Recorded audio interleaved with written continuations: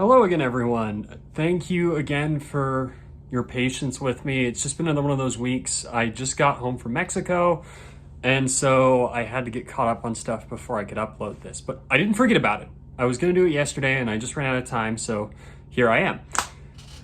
Today has been a bit of a challenge, to be 100% honest with you. I haven't had a great week, kind of struggled with some stuff a little bit, but really the only thing that you can do is dust yourself off and get back on the horse, and so that's what I'm gonna do. Today, I don't know, it's been a rather interesting last couple of days, and I've been thinking a lot about a lot of different things, and I wasn't quite sure what to talk about with this, because even though for myself I'm doing well, I'm clearly not where I want to be. And so that's a bit of a shock. And it's always frustrating because, like I've said in previous videos, I'm a really driven person. I like getting things done. And so when I'm not where I want to be, it can get frustrating. And that's sucks. However, I've also learned a lot in the last couple of days, and I wanted to share some of that stuff with you guys because I found it really inspiring, and I think it's going to help out a lot. So the first one I talked about a little bit in the last video I did, but I wanted to dive into it a little bit deeper, and that is this idea of doing what you want, but that's not quite the best way to put it. It's even better to say doing the things that you know you should do. I know in a lot of religious communities and really spiritual communities, it's this idea of a life calling. And I don't know if I'd make it to that point, but the idea that there are these things that you feel deep in your bones that need to be done, that you need to do, and you haven't done them yet. That leads to a lot of emotional distress. One of the other things I wanted to bring up, because I've been thinking about it a lot recently, is emotions in general. So one of the things that I've learned through a lot of research in my current job that I never knew before was the fact that emotions are not what we think they are in 2024. And that sounds super like woo and weird, but just hold on, let me explain. Think about the last time you were happy or sad or upset or frustrated. What caused that? If the situation would have been different, what kind of emotion do you think you would have felt? The reason why I ask that question is because emotions are signposts. You know, a lot of times you'll hear on the news, especially among, I hate to say it, YouTubers that are, or creators in general who are like, have been canceled, they're really struggling, they're always trying to say stuff like, find my peace or find what makes me happy. And I kind of doubt that now. Not them being happy. Everyone deserves happiness and satisfaction in their life, including you, including me, including even up to the 10 million plus subscriber tier. We all deserve to be happy. What I disagree with on that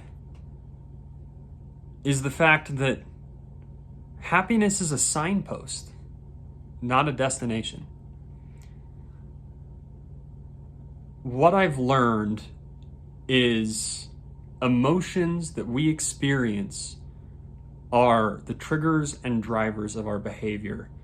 They're not necessarily things in and of themselves to chase. When you and I do things that we know we need to do, or things that we've always wanted to do, and they're done, we feel a sense of happiness and a sense of satisfaction because in our head, we fulfilled that goal to ourselves. And we fulfilled that, best way to put it is that agreement, that contract that we made with ourselves at some previous point in time, that has been fulfilled. When we miss that, we feel sad, we feel irritated because our expectations were not met. And so how do we go about living that kind of life where we're happier more often than not? It's to do the things that you want to do. I know for me, the things that I've been putting off, I've put off because I was scared and I didn't want to move forward in life. And as weird as it sounds, I didn't want to move forward because that was jumping out of my safety net and that made me scared. And I wasn't sure where it was going to go and I didn't have a lot of control. And so because of that, I didn't. But it's also made me miserable. So, specifically directed to that one commenter I mentioned in the last video who said, how do you deal with depression? But also to just people in general. If you want to live a happier life, start doing the things you know you need to do. And you'll start to feel that as you check off one more thing that you've wanted to do. And it's funny, connected to that, as weird and philosophical as it is this idea of truth and deciding the things that we want. Recently, I've been listening to a lot of sociologists and physicists who are all kind of claiming the same thing, which is free will isn't real. And it's really complicated, so I'm not going to dig into it. I may later if you want, but I'll put some different articles and stuff and videos that you can go back to if you want to learn more. But one of the things that they keep bringing up is the fact that we're just kind of being tossed around by our experiences in the past and our perceptions that have been caused by things that we experienced when we were younger. And though that's true, you and I get to choose how we respond to situations. And so whether or not quote unquote free will exists doesn't really matter because you and I get to choose. And I would argue, even though I do believe in such a thing as unchanging, eternal, you could say, truths, universal truths, what's really true is when we can look back and we did something and we know it was a net good and we know that it was the right thing to do. That feeling of doing the right thing actually led me to turn down a job offer recently.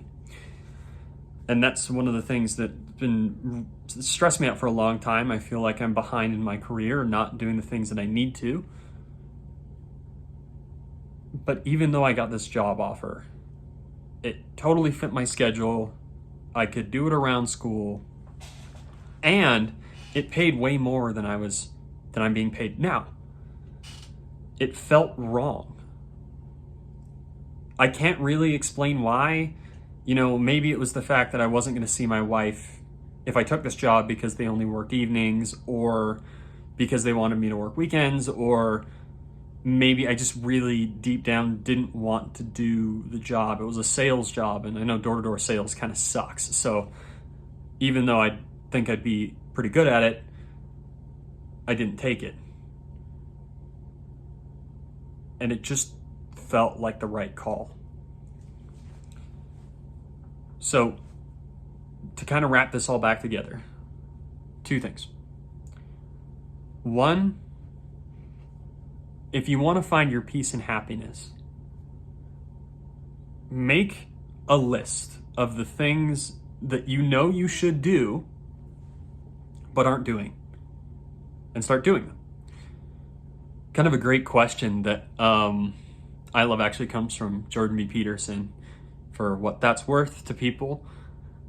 And the question is, what kind of things exist in my life? I'm going to get this question wrong, so just bear with me, but it's something along the lines of what things in my life should I fix that I would fix? I asked myself that not too long ago, and you get so many answers, it is truly overwhelming.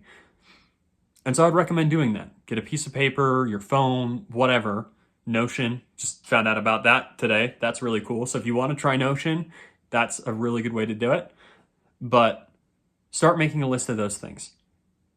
And as you write them down, start thinking of ways that you can move towards those actions and finish them, because I promise you, when you finish them, you will be happier. Now, that's not going to stop. You'll find out that there's other things on top of that that were kind of in the back of the line that you couldn't quite see. They were so far back in your brain that you didn't have the space to look at them at the moment. But you will start to feel a sense of happiness and satisfaction. Second thing is, what is truth?